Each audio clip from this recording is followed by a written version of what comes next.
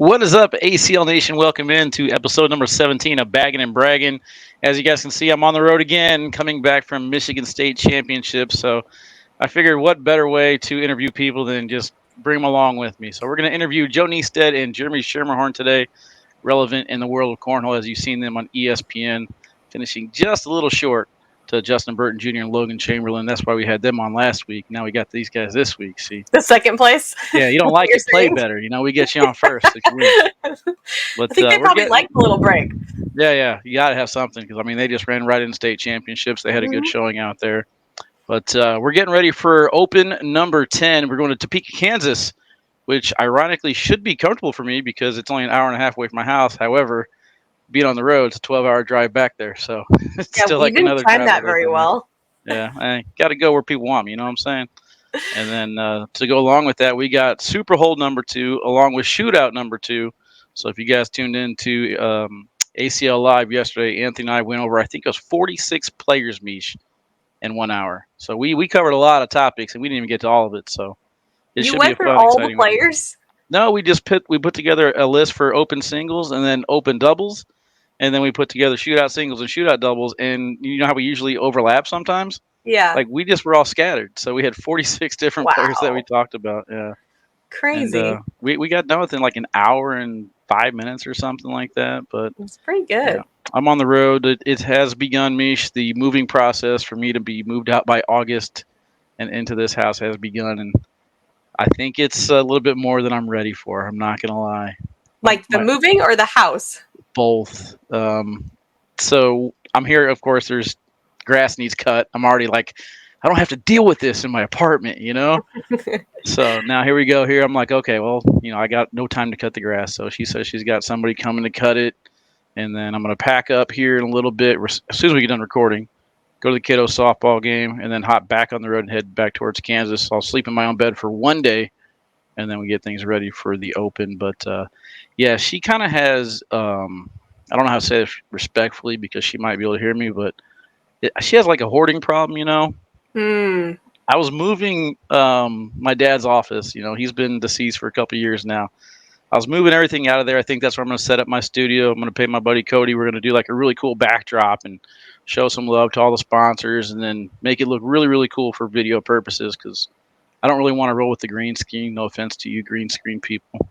It's not fun. I'm moving stuff out of there, and I find a folder. It says Wally's report cards, like from school. No. Yeah, my brother's report cards, and I'm like opening it up, and like we're talking. She's going all the way back to like middle school, bro.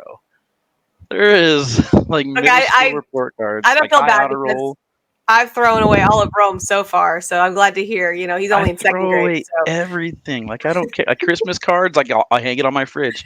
I don't know how long you're supposed to keep them. Birthday cards, whatever. I keep them for like a week. Straight to the trash after that. Same. There's no reason to keep this stuff. So it's going to be interesting. She's got, she's been a very, very respected daycare provider for over 35 years. And matter of fact, she retired and went back to working at a daycare because kids love her, adults love her, parents love her, teachers love her. It's great. But like she's got projects for days. She's bags and bags of straws and like felt and tape and glue. And I'm like, what are you doing with this? She's like, it's not used. It's brand new. I'm like, okay, but like, what are you going to do with it? You're moving to Panama. You're not going to take a bag of straws and felt and stuff with you. Throw it away or give it away. That would be interesting. No, don't throw it away. Donate it. Donate it to other daycares. Yeah, I'm sure they can use it. Yeah, but it's going to be a little process trying to get her to get rid of some stuff. So I think tonight before I actually hit the road, I'm going to have to hover over her and be like, all right, I need you to explain to me why you're keeping this and what we're going to do with it going forward. Because, yeah, this house is my intention is moving back here is to gut it, fix it up. Kiddo graduates high school in 2 years, and then I move away, she moves away, we sell the house, everybody makes profit, we all win. Yeah. That's the plan. So you got a job, and I remember moving my grandparents from their house into like a home, so they had like a full 3-bedroom house into like basically an apartment, and they held on to everything. And so does my mom. She's like, I was just going through all your stories from elementary school. I'm like, oh my God, why? So I digitized Rome stuff. I mean, that's our era though. Like, so all his artwork, I send it in to archive, and then they digitize it, and then they throw it away, and I have a book that has all of his artwork digitized, so that I don't have to have boxes of shit everywhere. Yeah, yep. So I mean, there's a solution to this. I actually even bought her a. It's like one of those picture frames. You hang it up, and then all the grandkids could just text in a picture to that. And whenever they text it in, that picture shows up on there. So whenever she comes Ah, home, she'll have all these pictures of what's going on and who's relevant, no matter where they're at in the country or whatever their activity they got going on. They could all talk to her without talking to her, and it's still in the yeah. box. She's never put it up. Meanwhile, we got probably Straws. straws and 60 picture books, man. I love her though, man. They've been in this house for since 1982, Yeah, so you're there's a gonna lot of acquire stuff some that's stuff. accumulated. I think the biggest thing that bothers me the most about, and we're gonna actually have to start having a segment where what's bothering Wally right now or something. I don't know. It seems like every week I'm coming on here bitching about something. But one thing that bothers me the most is like my dad had a treadmill for the longest time, and I was like, we should sell this treadmill, $100, And then Yeah. he had this scooter because whenever he couldn't walk, we get an electric scooter, battery charge. It was just really heavy, and we had somebody wanting to buy it for like $1,500. And I was wanting to like just sell it, sell it to these people who are actually going to use Right. it. And they're like, no, we paid 2,500 for that scooter. We're not selling for 1,500. So it sits here, it sits here, sits here, sits here, and now I'm Yeah, it like, makes way more money there. I'm posting it for $200. I don't care. Anybody wants an electric Oh scooter, come no. get it. I'm just getting rid of everything. So Hey, there we someone's got go. to start the process over. All right, Well, end of that's rant. the what's bothering Wally. We'll take a quick break and come back to what we want to brag about right after this.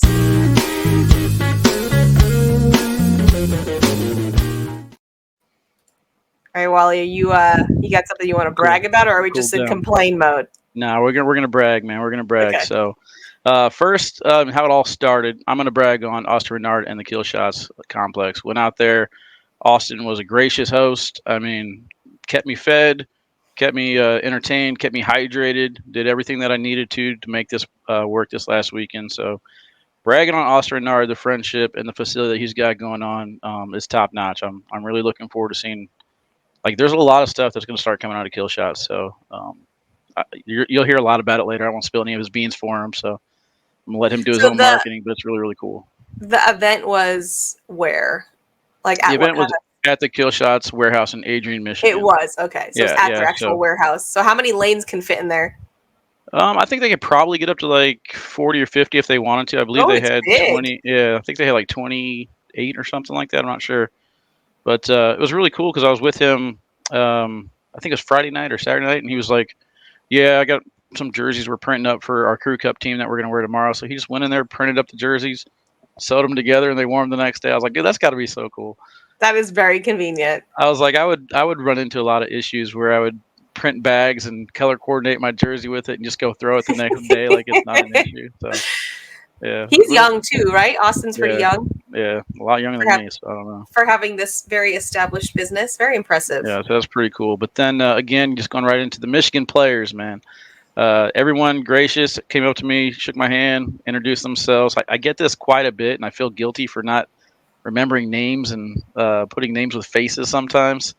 So they're like, "Hey, you remember my name's Tom, and I talked to you like 7 live feeds ago for 2 minutes." I'm like, "Yeah, sorry about that, man. I forgot who you are, but definitely appreciate all the love." And the airmail show was on. I mean, Michigan Mm-hmm. saying, "Where are you from?" So everybody out there in Right. It's Michigan, what they do. yeah, they like to shoot that airmail, and they lived up to the hype. But Danielle Luna had us out for a blind draw at One Eye Jacks on Wednesday, and then went to Austin Kill Shots blind draw on Thursday, and your boy is cashing both times.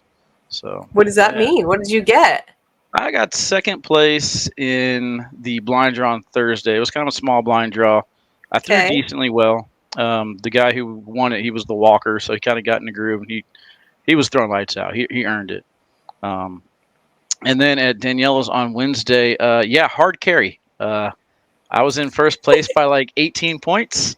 We were doing swap, and I think I was the 23rd highest PPR with a 6.05. Oh my god. So, yeah, Not bragging about Wally's not PPR right bragging about me throwing. I'm just bragging about me cashing. So, now. yeah, that Oh was fun. man.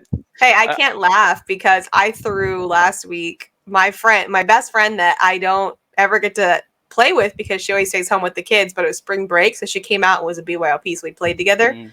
In one of our games, I threw a 3.5. A 3.5. How do you even throw a 3.5? I don't even, You this is crazy. accidentally hit one in the hole, or somebody knocked you in by mistake. I mean, It was so bad. I'm sure she's like, why did I team up with you on the one night I can play? Like, I all right, swear, so I yeah, never throw this bad. we're gonna stick you as a sideline reporter, keep you there, and then we're gonna stick me in front row on the live feeds on ESPN. I guess that's where we belong. Oh my goodness. Yeah, I felt really. She threw so much better than me, and she hardly ever plays. It was That's that's horrible. It was that's hard to deal abysmal. with too. You feel guilty. I know. I I felt didn't because bad. I didn't care, but I felt bad too because I was in first place and we were winning the match, and I was like, okay, we're at 12. I told a Michigan player to lay up on the board, and I think he was kind of like happy to be my partner, so he listened to me and laid up. And then we didn't score another point after that. The very next round, I threw a one, Meesh. I threw a one. So the Michigan cornhole gods were against me after that point. Whenever I told them to lay up, just let us do our thing. Can you just stay out yeah, of it? mind your business. Yeah, exactly. And last little piece I got to brag on, man, the kiddo. They had a game and the team wasn't very good, but they had a combined no hitter for their team. I think Awesome. they won like 18-0 or something like that. So Whoa. yeah, bragging on the kiddo softball. Matter of fact, when we get done here, that's what I'm gonna do. I'm gonna watch her play today. I wanted to watch her play tomorrow, but it's just no time. Yeah. Yeah. That's kind of what I was going to bring up. My son is in jujitsu. He's going to be 8 in just like less than 10 days, but he's going to get his gray belt today. So Nice. that's the deal. Yeah. So he's been working hard. He's been doing jujitsu for a little over a year. So the gray belt is a big deal. So I know he's pretty Is this stoked. the first step up, or is this his third belt, or where are we at? What's the So progression? they give him stripes. So he's a 4 stripe. He's a white belt with 4 stripes. Okay. But this will be the first belt change that he'll have. Yeah. Nice. That's Yeah. exciting. Yeah, so excited for him. He's super into it. He goes 4 days a week, and then they have open mat on Saturdays, and he wants to always go to that too. So he's sometimes practicing 5 days a week. And of course, he's the smallest one. So he's like, Mom, everyone's so much bigger than me. And I was like, yeah, Rome, Good. well, Good. Be the underdog. yeah. Everyone loves the underdog. Well, it just sucks because they can just lay on him. I mean, Yeah. they're like double his weight. So, he's I like mean, not even 50 pounds. Royce Gracie was one of the best Brazilian Jiu-Jitsu fighters ever, and he was a little guy. I'll never forget watching him when I was younger, and they had like no weight divisions. He was taking people on 5 times the size and submitting them. So That's gonna have don't to let, be Rome because he doesn't yeah, have anyone in his weight class, so he's just gonna have to always fight bigger. yeah. But no, he loves it, so I'm proud of him and the work he puts in, and he's very focused and takes it serious. So it's cool to watch. His baseball game, however, he so in baseball when you're 7 and 8 years old, they do half the season, or not even half, but the first like few games the coaches pitch, then they Okay. switch to the kids pitching. And what So age group? I think How? it's he's 8, so I don't know. Okay. It's just this. Then they go to like I don't know something Yeah. else. But so he had his first baseball game on Friday where the kids were pitching, and he just swings at everything. It's like almost on the ground. He's swinging. I'm like, oh my god, Rome, don't swing at everything. Just wait for the ball to be in a good spot. And he had I think 2 at bats, or he just 3 strikes and out, but they weren't strikes. They weren't even Yeah. close. There's no way he could have hit him. And then finally his last at bat he waits, and I was like, even though, so he finally hits the ball, he hits it right to the first baseman and gets out. But I was like, hey, you didn't hit every ball, so we're going to call this progress. Yeah. But he's not really into baseball that much, that's for sure. That's all right. You never know. I mean, sometimes that clicks later. Like I'll never forget my buddy. He didn't really have any interest playing. He decided to hop in high school and made the All American team and took my spot and put me on the What the bench. And I was heck? like, this is cool, man. Like we're getting ready to go into college, and he's just got a free ride wherever he wants. And he's like, nah, man, it was fun, but I just didn't really enjoy it. So like, he took all Oh, the playing time jeez. to decline the college scholarship, and I'm just like sitting on the bench, like, bro, like, Must be nice. yeah, if you're just gonna toss it aside, but then at the same time, I'm kind of like, well, if I was better than him, then I would have been offered the position anyway. You know what I mean? So So it was yeah, just me being salty for no reason. But I don't think it's no reason. I think that makes yeah, sense. yeah. All right. Kiddo, Well, kiddo got her license yesterday. what? So That's a she big is deal. a driver. She drove over here yesterday, and I was like, all right, here you go. Like I handed to her, shaking. Like, here's your credit card for gas. Like, be responsible, be Oh safe. man, that's a big deal. I don't even Yeah, want to think about that. There's no scary. way I can teach my child to drive. I will be horrible. I'm a backseat driver for good drivers. I can't even imagine. That's not going to be a good I'm situation for proud of him. her. She'll be okay. She'll be good. All right, good. All right, we'll take a quick break and come back with our guests right after this.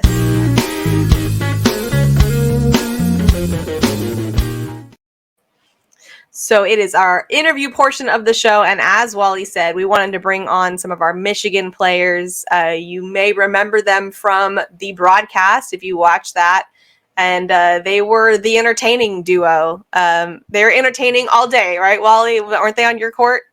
Yeah, for the most part. Well, at the end, you're talking about the national one or Michigan? Yeah, National national. one. No, I believe they're on court too.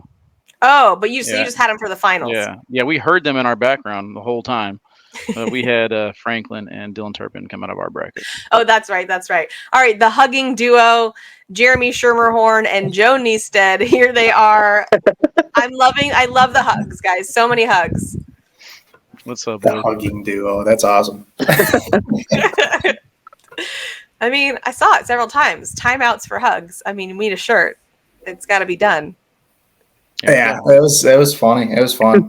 Meesh is monetizing your guys' accomplishments and helping. No, I wasn't going to make it. Telling you what to hand out to the people in the stands. That's all I'm saying. What's your team name? You need to have like a team name, hashtag whatever. Hugging duo, hashtag. J22, because our last names are so long. It's like 22 letters long. There you go. I almost kept you guys off of the ACL Live because I get tired of copying and pasting your guys' name and then having to resize it to fit in that little rectangle. That Yeah, that's true. every single time. Luckily, your name's Joe, so it fits in. That is such a good point. And I have had to write your names a million times. And Joe, your name specifically always gets me when I'm writing the blog. I'm like, this stupid last name. How do you spell it? Yeah, long German last name. Yeah, totally. Yeah, All right, guys. So is it against the rules, Meesh, if they break out like a T-shirt cannon in the middle of one of their matches or something on ESPN? Absolutely. probably Start talking them in the you stands. gotta be more discreet. Like right before the match, like just the front row, hand them all your branded shirts, and then there you go, good to go. But no, it was an awesome job you guys did at the national. Joe, I put in the blog, you almost made it in both singles and doubles. So what an incredible first national for you. Jeremy Schermerhorn made it on Jersey Shore. Huge accomplishment. They butchered your name a little bit, but you made it. Yeah. Schermerhorn. That's for editing purposes only. They had to do that for ratings. I think she learned that from Josh Gett. Probably. Makes sense. Yeah. But no, how Joe, how do you think that first national went for you, or what's kind of your thoughts now getting back from that? Oh, it was awesome. It was my birthday weekend. I had fun. We played it like super loose, and to make it as far as I did was just an even better, not surprised. I knew I had it in me, but like it was really nice to make it that far. And that was kind of one of the things that was brought up was, did you guys play too loose? I mean, obviously it worked for you throughout the day to get you to the broadcast, but what are your thoughts looking back now? Would you change anything? So our mentality going into it was, let's just have fun. Whatever happens, happens. And we were talking smack, having all this fun, and then we started winning games. And then we got to like the bracket finals, and we were almost like looking at each other like, all right, we're actually like onto something here. Like we're beating these teams, we're kind of throwing people off. Like this is actually like we're onto something. And then we almost, we made it onto ESPN. We're like, oh my gosh, we're just having fun. We're messing around. We're almost about to win this thing. Like this is insane. And yeah, it was fun. It was fun. That's the best way I could describe it. And that's hopefully what we're the plan going into all of them. Not stress about where we place or what happens. We're just gonna go in with hopefully a loose mindset and take some of the pressure off. Mm-hmm. Yeah, I think for the most part, it wasn't even about you guys hyping each other up or kind of firing up or just rolling around with it. I think it just caught everyone off guard. I mean, I remember one time we were commentating a match, and I was just pushing the buttons at this point, letting them commentate, and I heard you say something. I'm like, that sounds like Joe's voice, but like it's louder. And I turn around, and you're just kind of shooting down, and then Jeremy's on the other end doing the heart knuckles, and it's just kind Yeah, of there like, what the was heck is going on? I pulled up the there, bracket. I'm like, oh my gosh, these boys are deep. yeah, there was some fuel that helped me out, but Yeah, some aiming hey, fuel, some social yeah, sauces, I would say. some aiming fuel. We'll call it that. Yeah. That's pretty funny. But Jeremy, how about for you, looking back at the day, how you guys played? Do you think that the strategy needs to change when you get to the actual broadcast, or do you think that that will work all the way through? I don't know. I mean, I probably played a little bit too aggressive, not really knowing, his full functionality at that moment in time. I kind of had an idea, but I told him, I was like, look, man, we made it here. We goofed off, but we did take it serious, but we just stayed loose. And I was like, why change now? Like, why, if we get too serious, we're probably going to make mistakes. I mean, obviously we made mistakes, missed a few airmails. I probably called up 2 airmails in a row that probably shouldn't have, but I mean, it is what it is. Like Joe said, we had fun all day, and we made it to the broadcast, the final 2. And why change that? Why change that going into that finals, and why change that the rest of the season? It worked. Let's keep going. We I feel like appreciate it what kind of entertainment-wise. hurt us was No, go ahead, Joe. I was gonna say I feel like what kind of hurt us was the 2 hour break in between and kind of losing some of that mojo and some not really able to I shouldn't say not able to, but we didn't really prepare the same way we were coming into all the other games, staying warm, staying in rhythm. So yeah, I feel like it kind of might have played a little bit of effect to the outcome, but Yeah, That makes sense. And what an easy fix, right? yeah. I think Justin Burton Jr. being on fire and Logan Chamberlain stepping his game up in doubles kind of hurt you guys a little bit too. So Yeah, and Burton was down. able to.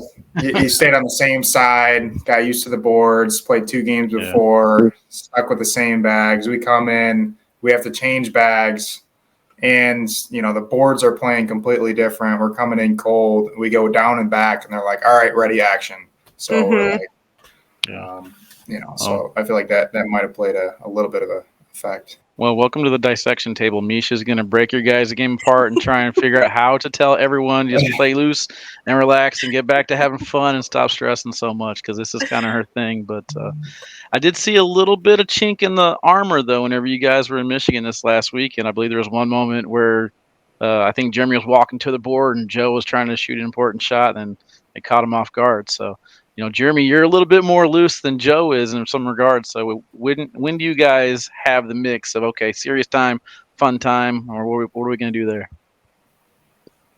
I was trying to catch his attention. If you're talking about the singles match against Jaden, No, it was in doubles. It was in doubles. You Oh, were walking doubles? up, yeah, and he's like, don't walk up to the board while I'm throwing or something like that. And I think he Yeah, was no, I serious was- on his end.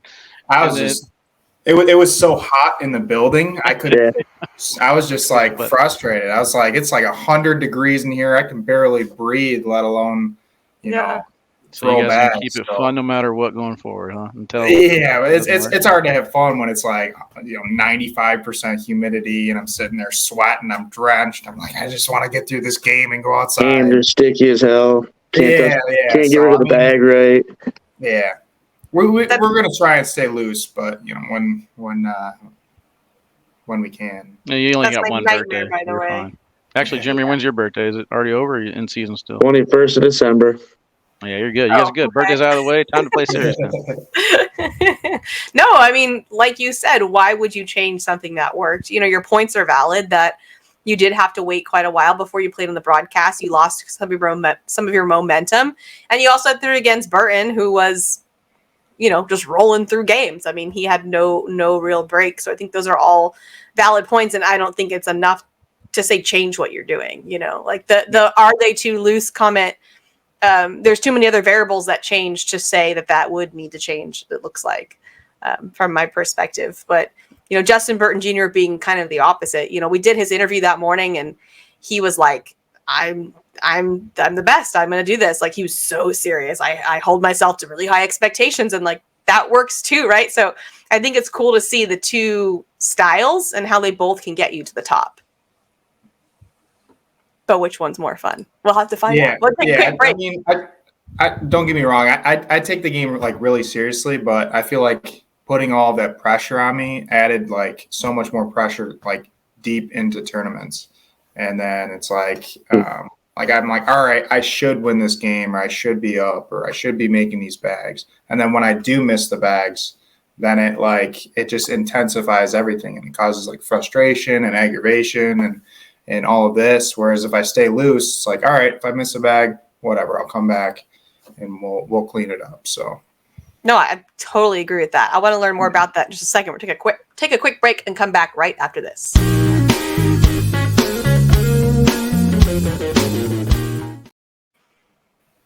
Awesome. Joe, you were just talking about how, staying loose and taking the pressure off allows you to play better. And there's a lot of actually science that supports that theory. So I think that's a really good point. Are there any other ways in which you relieve the pressure that you could potentially put on yourself, or that others are putting on themselves?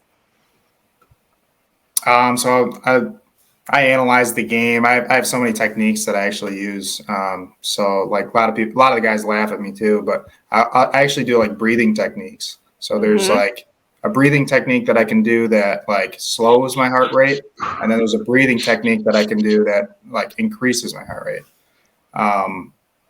And like if I'm feeling too low, or if it's in the morning, I'll do, whatever that, the Breath of fire or something. Kind of start the adrenaline. But that's so cool. As a yoga teacher, that makes me very happy and excited. But, Jeremy, are you doing any of this? No. I didn't think so. I could tell by your face. Jeremy's doing yoga and Zumba before the tournament. So I could Zumba. I definitely pegged you as a Zumba guy. Yeah, he's got to get the heart rate. So, Jeremy, going back to the off season real quick, you guys obviously have a vibe now. But what type of, and you guys are from the same area, so what type of situations led up to you guys deciding to pair up this season? He reached out to me, I want to say April or May, June-ish, and just asked me what I thought about, partners, or if I had any idea what I was going to do next year. And I said, honestly, I'd never thought about it, because I've never thought I'd have that opportunity to, leave Derek. But him and I were just going to, ride it out till whenever one of us says, I'm done playing, I don't have fun. But after I won that Arizona Open and continued that hot streak, into Worlds, it just kind of clicked, like, okay, maybe we would have something if him and I teamed up, because, he was coming off a pretty solid rookie season too. So I talked to a few people, Jordan Power being one of them, and, he basically said, dude, you'd be dumb not to do it. So, I was going through some personal stuff, and it just sucks, because it was like, me and Derek are boys. Like, we've been doing this thing for 3 years. Just, first time ever on a pro national together. We were ESPN Final Four, and then we just won the USA Cornhole. So it's like, damn, it's hard. So I obviously made the decision to go with Joe, and I forgot about that. Was that Fort Lauderdale, Florida? Yeah. I was there for that one. Good stuff. That is so tough. I mean, we're seeing a lot of partner swaps happening right now, right? Some big ones happening. And I can imagine it must be so hard to weigh out the, like, this is someone that I care about and I'm friends with, and this is what's best for my career. Like, it's kind of an impossible situation to come out clean in. So I can empathize with that. Yeah. That was the main argument too, is like, everyone kept saying, dude, it's a business. Like, it's turning into a real business. You got to look out for yourself. Like, Derek will understand eventually. Like, it might be hard at first, but you got to do what you got to do what's best for you. And I mean, you look back at it, it was rough at first, but me and Derek, we're as good as new. Like, we're as good as we were when we partnered up. Yeah. It's all temporary. It's just a game, folks. It's just a game. Well, it is, but it's also a business. Yeah. Like Game you and a said. business game. So, I mean, there's a lot of validity to looking at what's going to best support your business, right? Nobody likes to fire people or break up with people, but you sometimes have to. All right. What about going into, are you guys going to the shootout, Topeka? Okay. Mhm. Any strategy with that, being 10 rounds, anything that would change for you? Don't miss.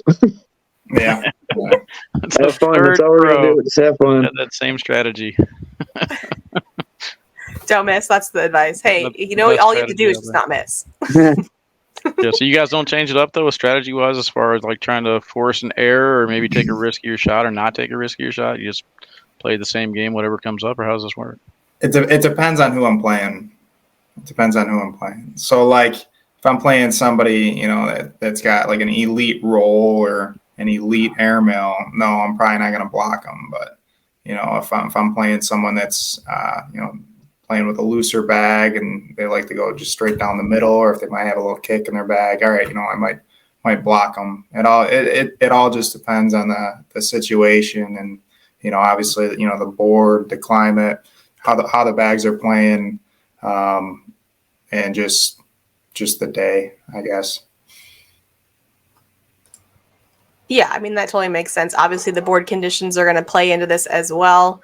I don't know what it's going to be like in Topeka, but going into the next national, anything that you guys are doing to prepare differently or even prepare the same, any preparation going into that one? I'm not even really thinking about it right now because I don't want to stress myself out. We've been on a 5-weekend bender, and I can't wait till it's done so we can just break out for a little bit.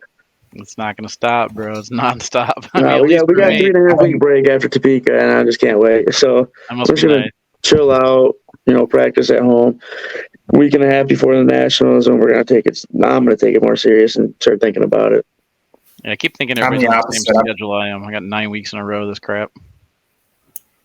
I've been going to the gym to prepare. I've actually been doing a lot of cardio to try and get through these events. Like it's exhausting after like 3 days. And I told myself this year, since I felt like last year I lost some events, like just because I was so out of gas and like I was just flat out got tired and I started missing.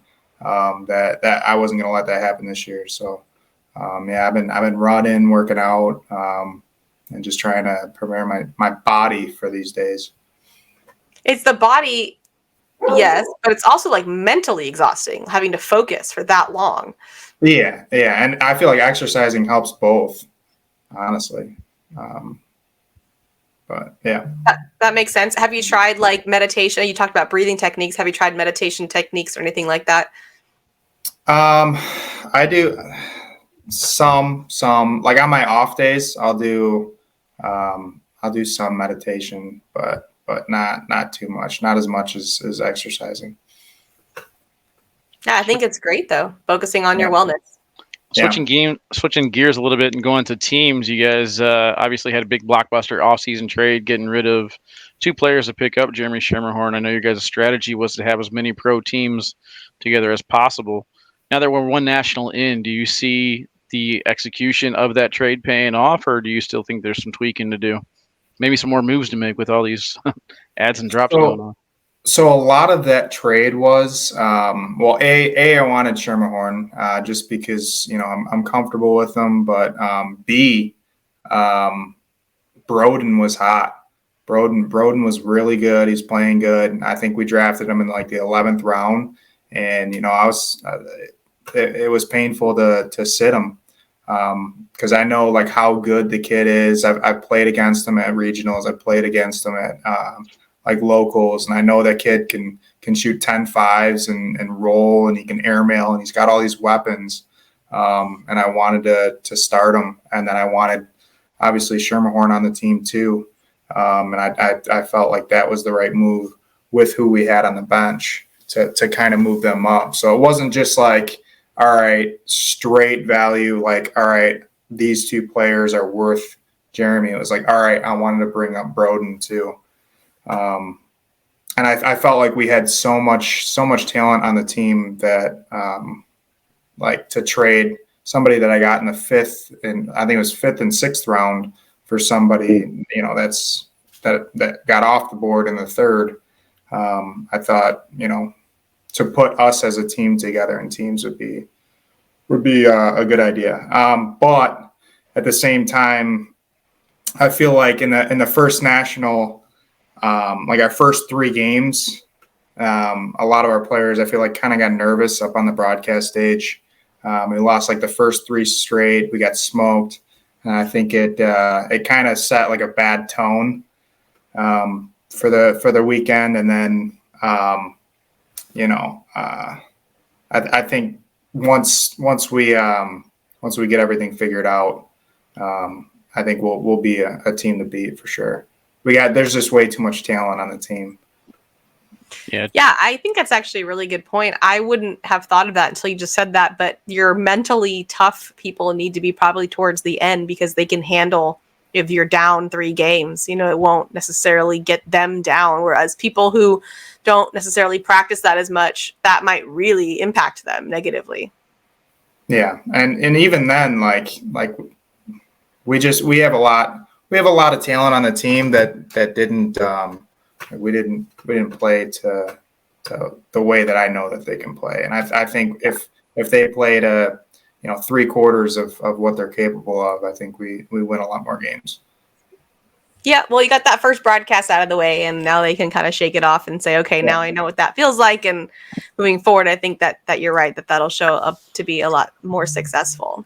Yeah. Unfortunately, guys, we are out of time. It has been so much fun getting to spend some time with the two of you. We look forward to seeing you in Topeka in just a few days, and good luck there. But like I said, we appreciate the entertainment value. Well, we were on the production meeting that this week and last week, and they said, hey, those guys were great. Like those guys need to be on the broadcast more often. They were super entertaining. So way to bring that aspect to Cornhole. We appreciate it. All right, guys, thanks so much for your time, and we'll see you soon. All right, boys.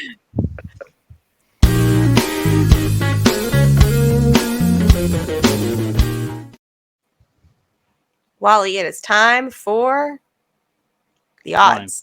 Lines. I thought you were going to say highlights. I was like, no. No, I wasn't. I was just trying to think of what word I was going to say. Odds. I was going to say lines. I was going to say bets, and nothing came out. I just sat there and thought about it. But no, we've got some odds to look at, or some lines to look at for this coming up event. You want to bring up the first one? Yeah. So okay. Let me click over here real quick. All right. So we're going to go ahead and start with the singles. So we got the pro shootout number 2 men's odds out. Starting things off again, Mark Richards at plus 350. I sense a common theme here, you know? Yeah, but he's never won. I mean, I honestly don't like that, because he's not won. That's what I was going to say. It's like, it's kind of weird that he's the odd-on favorite, yet he still doesn't have a pro shootout championship. So yeah. We'll see, but that's of course, surprising. Justin Burton Jr., he's the hottest player going on right now. He's at plus 350. Then Matt Guy at 600 and Josh Holland at 600 are your top 4. So I don't like any of those, to be honest. Matt Guy and Mark Richards struggle in the singles round limited. Josh Holland isn't doing his best right now, and Justin Burton Jr., we just don't even know. I am all in on Matt Guy for some reason. I just have it in my bones. Are you? Telling me this is Matt Guy's weekend in Topeka. I do need to get some inside information and find out if he's going to have some of the social sauce and aiming fuel that we've been talking about, because he did have that post where it's kind of like there's 2 different versions of Matt Guy. Saw the comparison. Yes. So, I mean, Devin Harbaugh was just ridiculous in that matchup. He defeated Matt Guy. Other than that, I think Matt Guy was very, very impressive in singles. I like his game evolving this season. We talked about it a lot last year, how it's kind of 2-dimensional. I see a 3rd dimension and a little bit more strategy coming into play. The fact that he's telling me that he's trying to play without drinking so much tells me that he's listening to the environment and things that aren't working, and he's making tweaks. And that's one thing where I was like, okay, Matt Guy's just stubborn. He's just he's almost trying to win by shooting air mails only because he can. He wants to prove a point. You're right. Now I feel like Matt Guy is back to being a well-rounded top player. I got him at number 11 in my rankings. hopefully he does things a little bit differently, and that might make me move him in top 10 of power rankings. But you see our boy Joe Kniesteadt right there at plus 2,000, and Jeremy Schermerhorn at the bottom of the right there at 2,800. And then one of the hot topics to discuss this week, Nico Morales at plus 3,000. What do you think about these gentlemen? I think that any of those are good bets, but my favorite is Ryan Smith at 900 because Ryan Smith loves the round limited format. He's proven to be successful in it. I think that's a lock. A lock, she says. Ooh, okay. I did like Ryan Smith. I felt like he's almost turned to a doubles path with Ryan Wiedenfeld a little bit. It seems like they're just lights out in doubles. And then singles, they kind of disappear a little bit. But I'm going to stick with my same strategy. If you guys listened to us last week, I basically said, take one person at the top, figure out where to hedge your bets elsewhere. Last week, I believe it was Alex Rawls at plus 400. So whenever I took Justin Burton Jr., I would have actually made a lot of money off of that based on my strategy. So if it ain't broke, don't fix it. You know what I mean? Yeah. I'm sticking right there. I'm going with Matt Guy plus 600. I do like the value there in the middle. You see Alan Rawls at plus 2,500, somewhere around there. I don't care who you guys like. If you're taking my strategy into play, I would stay right around that mid mark, around the 2,000, 2,500 range. I will go ahead and take Joe Kniesteadt out of that. And then I'm going to go for my 2 home run hitters on the next slide. So going to page number 2, one of my home run hitters I'm going with is a man who led basically every statistical category. Dylan Turpin at plus 3,000, I think is phenomenal value. I just was very, very impressed with what I saw out of Dylan Turpin, and even Derek Holland underneath him. But Dylan Turpin would be my third bet, and then my fourth bet. It's always hard to go with your heart. You're not supposed to do it in gambling, but Jeremy Frazier's been on a tear. He's finally on the betting board. Seems like we petitioned enough to get him at plus 45. So out of this list of gentlemen, Meesh, what do you think? Derek Holland has been playing phenomenal. So I love him plus 3,000. Dylan Turpin as well. The only thing I'll say about Dylan Turpin is he didn't do so well in the teams event on the broadcast. That was round limited. That was on TV. So that makes me a little bit nervous because he played phenomenal off the broadcast court in a, to 21 kind of game. So that part makes me a little bit nervous. Whereas Derek Holland, I have a little bit more confidence in this specific format. Okay. And then rounding at the bottom, your high value bets, we got Eric Zockline, Chris Kingsbury, Jacob Foreman, and Josh Thielen, all over 5,000. I'm not really interested in any of those as far as the formats. If anything, maybe Chris Kingsbury. We've seen him turn it on a couple times in singles, but as far as hitting the home run in men's singles, I'm going to kind of stay away from that one. Yeah. All right, heading over to the women's side, there's really not too many women signed up for the shootout. So I was shocked. Yeah. I think there's 17 or 20. You've got some great odds right now if you're a female playing in the shootout. Yeah. So, I mean, this is the one to go to. We kind of talked about it last year as far as like travel restrictions, okay, you might want to go all the way out west or something like that. But this is Topeka, Kansas. This is right in the center of the country. I figured we'd have a lot more people come out to this one. But obviously the top female right now, other than Cheyenne, has been Rosie Streaker. She's coming in at plus 300. She had the women's division at the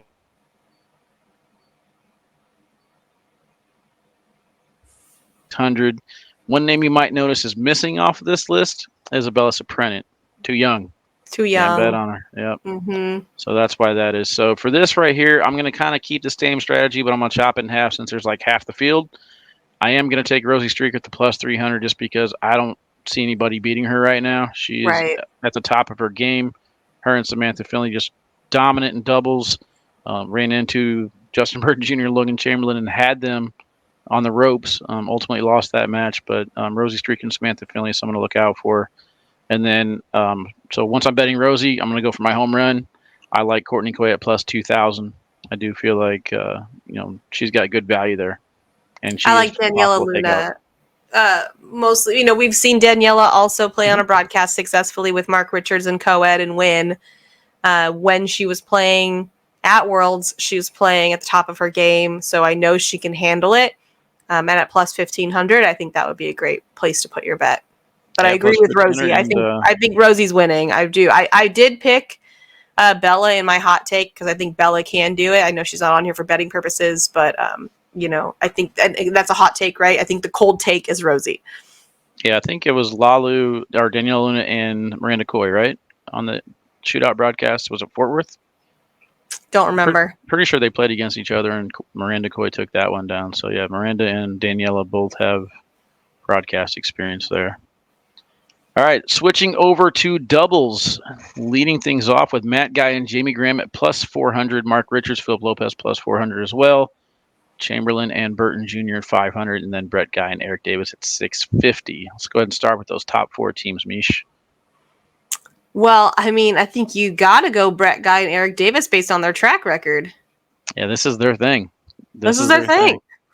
So they got 8 different opportunities to get in. I believe the 2 years in a row now they've taken down the championship. They know how to play this, whatever it is. Anthony and I were talking about. We don't know what it is, but the communication, the shots, they just seem to have this click. And so obviously coming at plus 650, they'll probably be a high favorite the rest of the season if they don't take this one down. But they are going to be my hedge bet at the top at plus 650. I am going to kind of go with a weird one here. I like, for some reason, Noel Monza and Hunter Thorne at plus 2,000. Yeah, I was looking at that one too. I just feel like they have the right amount of composure to be able to pull off this 10-round format and go on a run. So I am going to go ahead and take 3 shots here. One's going to be Brett Guy, Eric Davis. The other one's going to be Noel Monza and Hunter Thorne. And I like Bubenheim and Maudlin here. Find a way, Frank. He finds his way to a win. Cheyenne, obviously, very consistent down the middle. I think it's very feasible that she gets all her bags in. Like, it's not out of the question. I was just not that thrilled with what I saw out of them in doubles, though, at national number 1. So, I asked her about that. Click a little bit more. Yeah, I asked her about that. I said, "What happened?" And she said that they had no time between teams and doubles at all, and the boards were playing. I can't remember if they were playing too sticky or too fast, but they didn't have a chance to even figure out what bags to throw. So that's what happened there. So that I still have full confidence. All right. Well, we will see. My third pick on this sheet, I'm going to go with Matthew Trox and Carson Getty at plus 4,500. It didn't look like the broadcast phased them at all. ESPN highlights, main broadcast court highlights. I felt like they were in charge of their game for the most part. If they've had great communication the entire season, I feel like they could pull off an upset. Who do you like on this list, though, from the bottom pair? I'm 100% staying away from Nico and Tom. I know. Yeah, agreed. Man, I really like the Cobbs. Tubby playing very well right now. Tice can play just as well. 4,000. I think I'd go with them. Okay. Yeah, Tice was on the struggle bus a little bit at the National. Tubby's been on fire. But speaking of the Cobbs, it takes us into the last portion here. We get a chance to bet on an outright winner for the Super Bowl number 2. We got Lori Dool and Dion Dawkins at plus 170. Tice Cobb and Tyler Medikevich at plus 220. Tubby Cobb and Tim Settle Jr. at 210. And Miranda Coy and Jordan Poirier at plus 450. This is pretty similar to how we talked about last time. Don't really have any inside information on these athletes as far as who throws what. So I'm going to bet on the player. And the one I'm going to bet on is going to be Lori Dool because I feel like she is going to be the one person that's going to wrangle in these athletes with her attitude and composure, and she's going to boss Dion Dawkins into putting bags in the hole. I feel like Tubby and Tice, they're just going to have so much fun. So I'm not going to stay away from that one. I agree. And Lori Dool, and Dion Dawkins has played in the Super Bowl before, so he has that experience. But I did find out that the Bills do have boards there, so they are playing regularly. So you never know how that's going to go. It's really like Dion is definitely the one, the leader of that since he's done it before. But that could go any way. We saw some surprising things in the last Super Bowl. We thought, certain people had it on lock, and it's not what happened. You have no idea how many inbox messages I have asking me why there's no Kansas City Chiefs players in this thing. Oh yeah, yeah. We went with we went with their rivals, I guess you could say, right? Yeah, the Bills. Yeah. All right, that is all we have time for today. Thank you guys so much for joining us, and we'll see you all next time.